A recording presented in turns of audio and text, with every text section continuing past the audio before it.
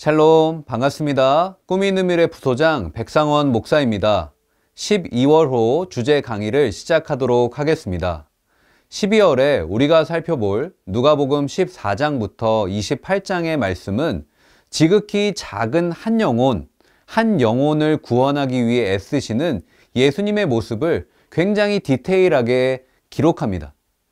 잃어버린 한 영혼을 찾기 위해 자신의 전부를 아낌없이 내어놓으신 예수 그리스도의 십자가 사랑을 기억하며 예수님을 닮아가는 저와 여러분 되었으면 좋겠습니다. 1주차 본문 말씀은 누가복음 14장 25절로 35절의 말씀입니다. 여러분, 경제학 용어 중에서 기회비용이라는 단어를 아시죠? 이 기회비용이란 선택으로 인해 포기해야만 하는 것의 값어치를 뜻합니다. A와 B 가운데 A를 선택하면 당연히 B를 포기해야 합니다.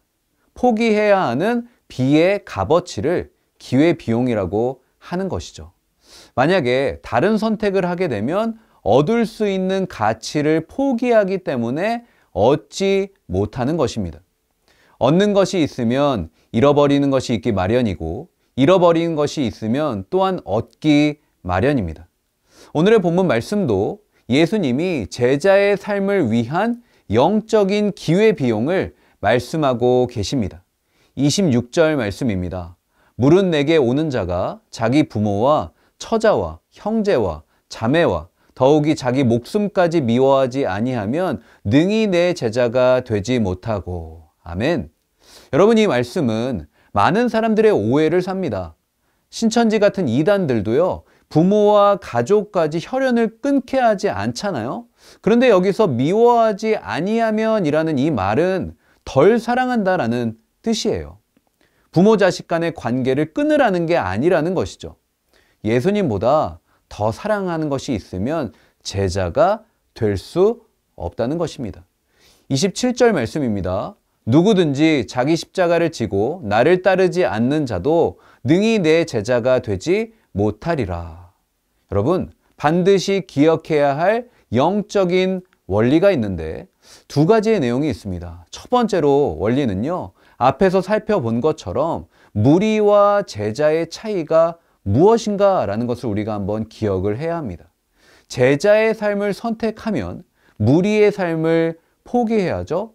여러분, 무리는 어떠한 존재입니까? 사명의 무게 때문에 제자의 삶을 포기한 사람입니다. 그러나 제자는 자기 십자가를 지고 사명을 감당하는 자죠. 예수 그리스도를 믿고 주님을 따라가는 삶은 세상의 삶을 포기해야 합니다. 마땅히 누릴 수 있는 특권을 누리지 않고 대가 지불을 하며 살아가는 것이죠. 여러분은 예수님을 따르기 위해 어떤 대가를 지불하셨나요?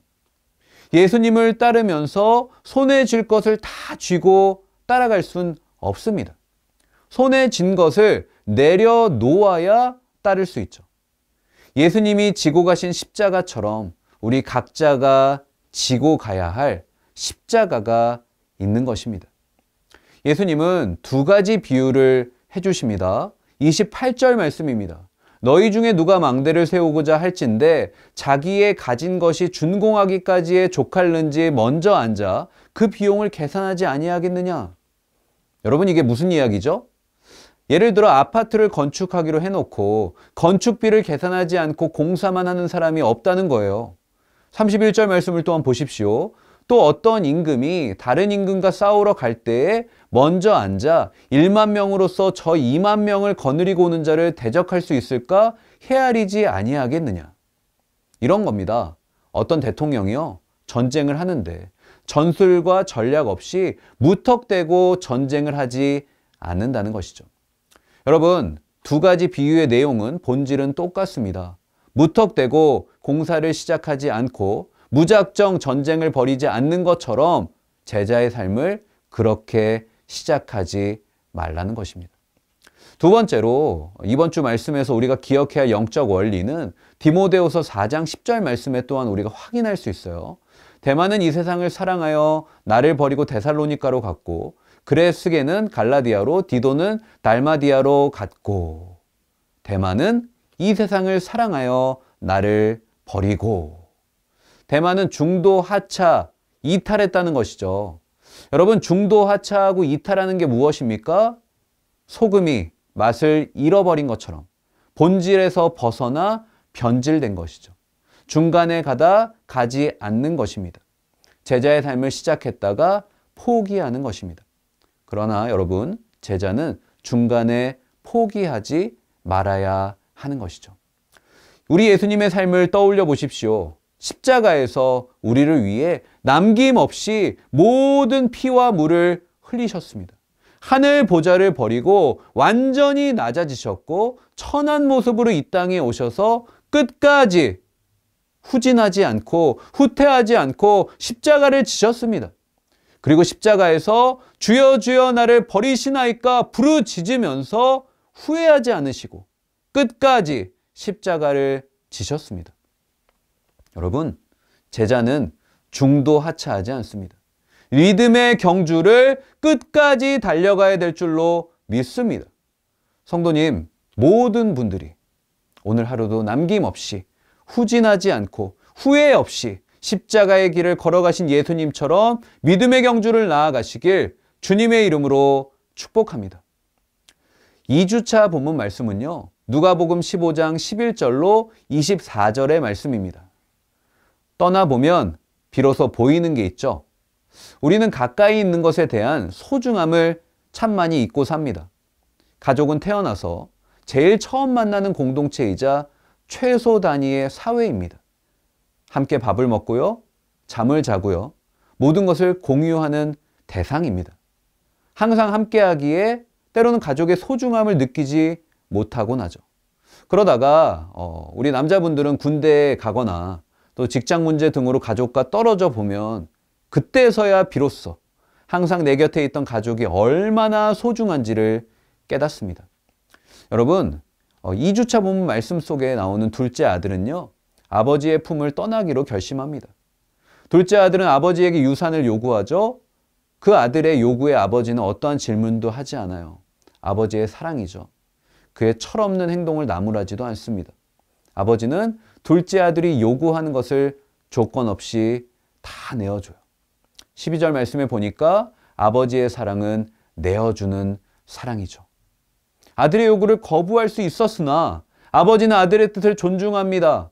이렇게 아버지로부터 유산을 물려받은 그 아들은 그것을 처분해 모든 재산을 가지고 집을 떠납니다. 아버지의 통제를 벗어나서 자유롭게 살고 싶었어요. 그래서 아버지의 손길이 미치지 못하는 먼 나라로 떠나갑니다. 그는 아버지 집을 떠나면 행복할 줄 알았어요. 아버지를 떠나는 게 자유와 행복을 얻는 첩경이라고 생각합니다. 하지만 자유와 행복을 찾아 집을 떠난 둘째 아들의 만난 현실은 그의 기대와는 정반대였습니다. 자기 몫의 유산을 모두 다 탕진합니다. 자유와 행복을 책임져줄 재물은 바람처럼 흩어져 버립니다. 모래알처럼 순식간에 사라집니다. 그리고 엎친 데 덮친 격으로 그가 머물던 나라에 큰 흉년이 찾아오죠. 때론 의도치 않는 일이 벌어지는 게 우리 인생입니다. 설상가상의 일이 일어나는 게 우리 인생이고요. 그래서 얼마나 우리를 당혹스럽게 하는지 몰라요. 둘째 아들이 만난 이 상황은 그가 의도한 것도 아니었고 예상했던 것도 아니었습니다. 그가 만난 흉년은 인생의 위기였습니다. 흉년의 위기 앞에 둘째 아들이 선택한 길은 돼지 쥐엄 열매를 먹고 돼지 치는 일로 궁핍함을 면하는 거였어요. 그러나 그의 생각과 달리 상황의 반전이 일어나지 않습니다. 배가 고파 돼지 먹는 그 쥐엄 열매로 배를 채우려고 했으나 그것조차 허락되지 않습니다. 가장 기본적인 음식의 문제조차도, 식량의 문제조차도 스스로 해결할 수 없는 절체절명의 위기를 만납니다. 그런데 더 암울한 것은 먼 나라에서 그를 도울 사람이 아무도 없다는 거예요. 자신이 처한 상황을 온 몸으로 받아들여야만 했던 것이죠. 그런데 위기는 뒤집으면 위대한 기회가 됩니다. 그래서 위기를 풀었으면 위대한 기회라고 저는 불러요. 위기로 사면초가에 빠져있던 둘째 아들은 그 순간 아버지의 집을 떠올립니다. 아버지 집에서 일하는 품꾼들은 풍족한 양식을 먹는다는 생각이 떠오르는 그 순간 그는 아버지 집으로 돌아갈 결단을 합니다. 풍족할 때는 몰랐거든요. 소중함을 위기의 순간에 떠올린 겁니다. 그는 아버지가 자비하다는 사실을 깨닫습니다. 아버지 집에 있을 때는 발견치 못했던 아주 단순하고 작은 사실을 집을 떠나서야 비로소 깨닫습니다. 자신의 발로 집을 떠난 그 아들이 다시 아버지의 집으로 돌아가는 일은 용기가 필요했죠. 그는 아버지께 저지른 잘못을 뼈저리게 후회합니다. 그래서 아들의 권리를 포함한 모든 권리를 포기하겠다고 결단을 내리고 아버지의 집으로 달려갑니다. 자기 힘으로 살 수 있다고 뛰쳐나온 그 아들은 겸손한 마음으로 겸손한 태도로 아버지의 집으로 돌아간 것이죠. 용기 있는 결단은 위기에 빠진 그 인생을 새로운 기회로 이끌어 간 것입니다. 3주차 본문 말씀은요. 누가복음 18장 1절로 8절까지의 말씀입니다. 우리는 기도의 양을 중요하게 생각하곤 합니다. 그래서 기도의 양이 곧 응답에 얻게 되는 비결이라고 착각할 때도 있어요. 그러나 예수님은 기도의 양이 응답을 얻게 되는 비결이라고 말씀하시지 않습니다. 예수님은 기도에 대해 말씀하실 때 항상 기도하고 낙심하지 말라고 3주차 본문 1절에서 강조하시죠. 하나님은 기도를 많이 해야 응답하는 분이 아니에요. 오히려 예수님은 기도할 때 중언부언하지 말라고 강조하셨습니다. 하나님은 많이 기도해야 듣는 분이 아니기 때문이죠. 하나님은 말의 많고 적음에 따라 응답하시는 분이 아니라 그것과 상관없이 응답하세요. 또 기도하는 사람의 행위에 따라 응답하시는 분이 아니죠. 우리는 응답 받을 만한 행동을 해야 응답해 주신다고 믿으나 하나님은 기도 응답을 행위에 대한 보상이 아닌 전적인 주의 은혜라고 강조하십니다. 유다 왕 므낫세는요, 심각한 죄를 행했습니다. 하나님의 심판으로 쇠사슬에 묶여 바벨론으로 끌려갑니다. 므낫세는 환난을 당하고 난 뒤에 자신의 죄를 깨닫습니다. 하나님께 기도합니다. 므낫세는 하나님이 이스라엘 자손 앞에서 멸한 모든 나라보다 더 심한 죄를 행했으나 선하신 하나님은 므낫세의 기도를 듣고 응답하시죠. 그를 포로에서 풀려나 다시 예루살렘으로 돌아오게 하십니다. 므낫세의 기도 응답은 하나님이 사람의 행위에 따라 기도에 응답하지 않는다는 걸 강조합니다. 하나님은 우리의 착한 행실 때문에 응답하시지 않아요. 우리가 택한 자녀이기 때문에 응답하시는 거예요. 내가 쌓은 공로에 대한 인정으로 기도 응답하는 게 아니에요. 무조건적인 하나님의 은혜 때문에 하나님의 크신 사랑으로 응답 받는 것입니다. 하나님은 자녀의 탄원을 들으시죠? 그래서 예수님은 항상 기도하고 낙심하지 말라고 말씀하세요.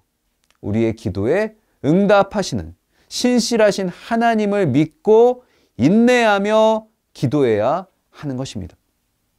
우리가 기도를 멈추는 이유 중에 하나는요, 하나님의 응답이 더디다고 생각하기 때문입니다. 과부의 원한은 더디게 해결됩니다. 과부가 원한을 풀고자 재판장을 찾았으나 재판장은 과부의 원한을 풀어주지 않습니다. 그는 하나님도 두려워하지 않고 사람도 무시하는 사람이었습니다. 하지만 과부는 포기하지 않아요. 계속 재판장을 찾아가서 자신의 원한을 풀어달라고 탄원합니다. 불의한 재판장이 문제를 해결해 주실 것이라고 믿기 때문에 간 게 아닙니다. 재판장이 자신의 문제를 해결해 줄 수 있는 유일한 대상이었기 때문에 찾아간 거죠. 기도하는 사람이 가져야 할 태도는 이러한 인내심이에요. 하나님만이 내 문제를 풀을 수 있는 유일한 대상이라는 것을 믿고 인내하며 끝까지 기도해야 될 줄로 믿습니다. 과부는 원한을 풀어줄 때까지 물러서지 않아요. 불의한 재판장도 그녀가 절대로 물러서지 않을 것을 알았기 때문에 원한을 풀어줄 수밖에 없었습니다. 그녀의 절박함이 끈질김으로 이어졌고 그 끈질김이, 그 인내심이 불의한 재판장의 마음도 돌려놓은 것입니다. 항상 기도하고 낙심하지 마십시오. 기도를 포기하지 마세요. 한 가지 감사한 것은 우리 하나님은요, 불의한 재판장이 아니라는 것입니다. 하나님은 언제나 선하시며 하나님은 언제나 우리를 사랑하시는 아버지이신 줄로 믿으시기를 바랍니다.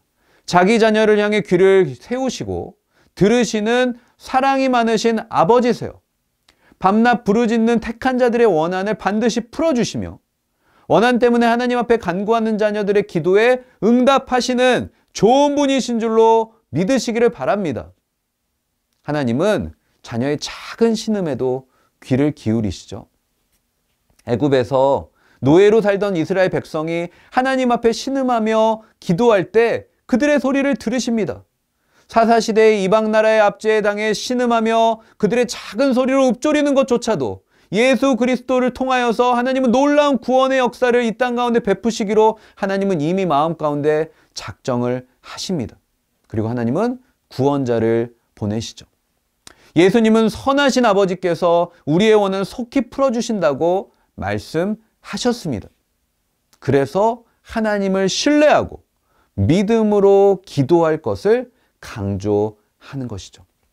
하나님이 반드시 기도에 응답해 주실 것을 믿고 간구할 때 하나님은 가장 좋은 때 가장 좋은 것으로 응답해 주실 줄로 믿습니다.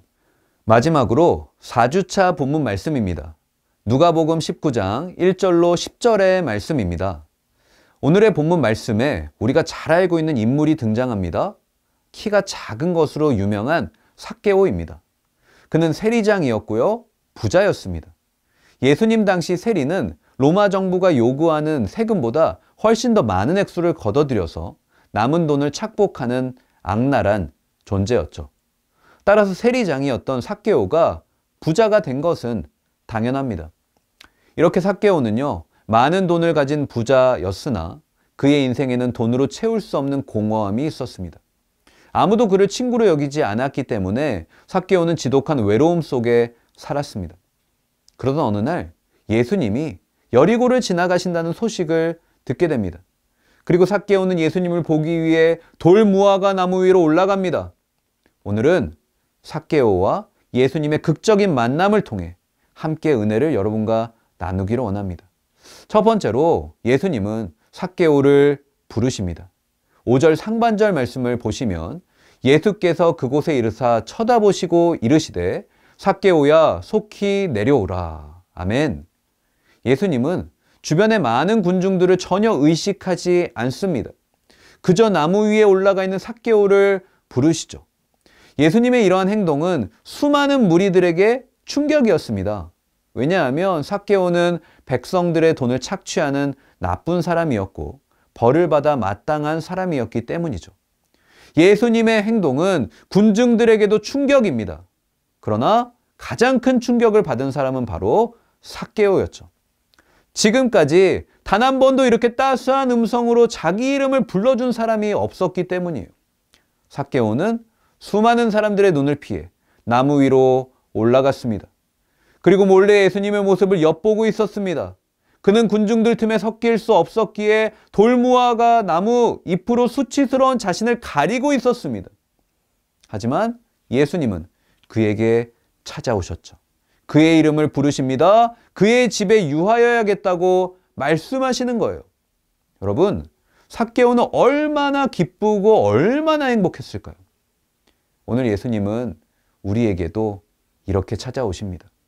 수많은 사연과 여러 죄악으로 인해 수치 속에 갇혀있는 우리 인생을 부르십니다. 손을 내미시고 이렇게 말씀하시죠. 내가 너와 함께 있으니 이제 나와 함께 가자.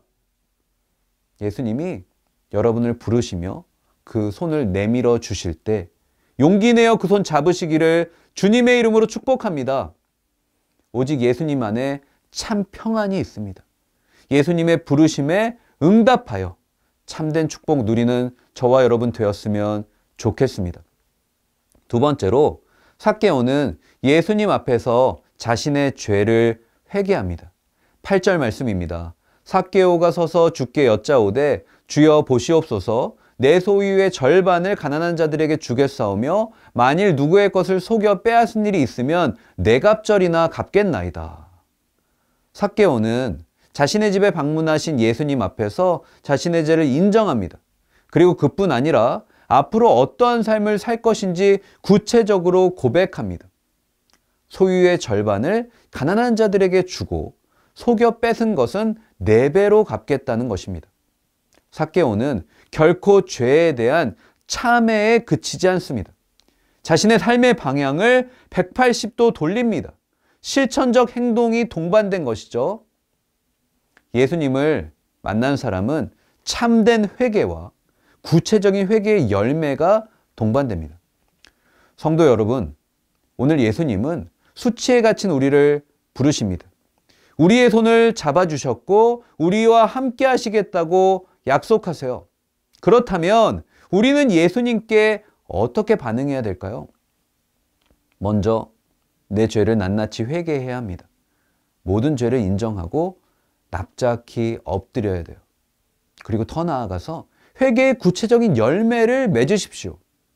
내 인생 속에 무엇을 버려야 하는지, 어떠한 행동을 해야 하는지, 어떠한 말을 해야 하고 살아가야 할 것인지를 결단하고 그대로 묵묵히 실천하십시오.